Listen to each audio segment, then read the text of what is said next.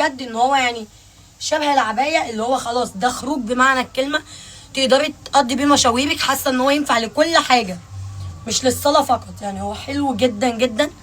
ده اول لون. هنا تاني لون من الاسدال، تحفه بمعنى الكلمه، حلو قوي والله يا جماعه. ينفع لصلاه العيد وينفع لكل حاجه. يعني انا شايفه ان الاسدال ده ينفع لكل حاجه بجد.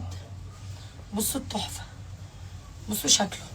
عايزه بس اوريكم شكله عامل ازاي. بصوا شوفوا الحلاوه، بصوا بجد الكم كله على بعضه تحفه، خطير. الوسع بتاعه حلو قوي، مش واسع اللي هو اوفر، لا واسع مش مبين جسمك، فده خطير جدا جدا جدا بجد، حلو قوي قوي. بصوا